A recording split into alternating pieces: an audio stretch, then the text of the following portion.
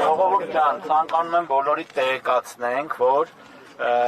կալանքը որպես խապանման միջոց քննելու մասին միջնորդության քննարկումը ավարտվեց, քննչական մարմինը ներկայացրեց իր տեսակետը,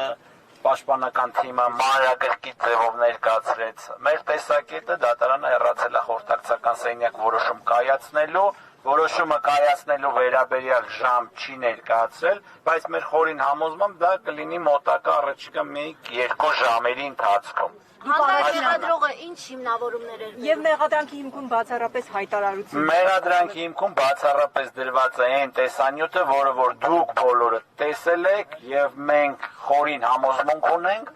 որ դա հանցագործության տարեր իր մեջ չի պարունակում։ Պարոն 4 ժամ քննություն ընթացավ։ 4 ժամ քննություն ընթացավ, քանի որ փաստաբանական թիմը շատ մանրակրկիտ հարցադրումներ է ներկայացրել, շատ մանրակրկիտ փաստաթղթեր է ներկայացրել, մեր կանխատեսումները եթե լինեն օբյեկտիվ, տեղում այդ միջնորդությունը պետքա մերժեն, իսկ այս հարուցված շինց ու քրեական գործը տեղում պետքա կարճվի։ Եթե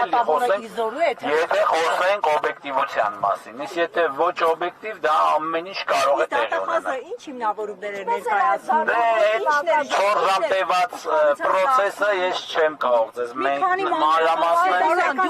Դուք երկար տարիների փաստաբանական գործունեություն եք իրականացնում, փաստացի դուք կարող եք նաև կանխատեսել դատավորի վախեցած էր, հրահանգ էր ստացել, զանգ էր ստացել։ Չեմ կարող որևէ կանխատեսումներ անել, բնականon հունով դատական process-ը տեղի ունեցել։ Խնդրում եմ բոլորդ սպասեք, նախ բոլորիցդ խորին շնորհակալություն եմ հայտնում, որ ստեղ եք գտնվում, ի աջակցություն պարոն Կարապետյանին, խնդրում եմ բոլորս զինվենք համբերությամբ, սպասենք դատարանի դատական ակտին, հուսանք, որ դա կլինի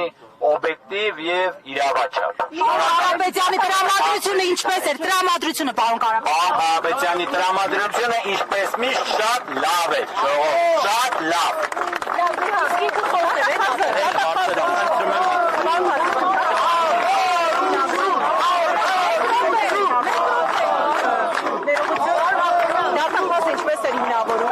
Իշխանությունը զավթելու, կառավարությանը տիրանալու Բացարձակ ոչ մի օրինական հիմք չկա։ Դիսկը մի օր վերցրեք, լսեք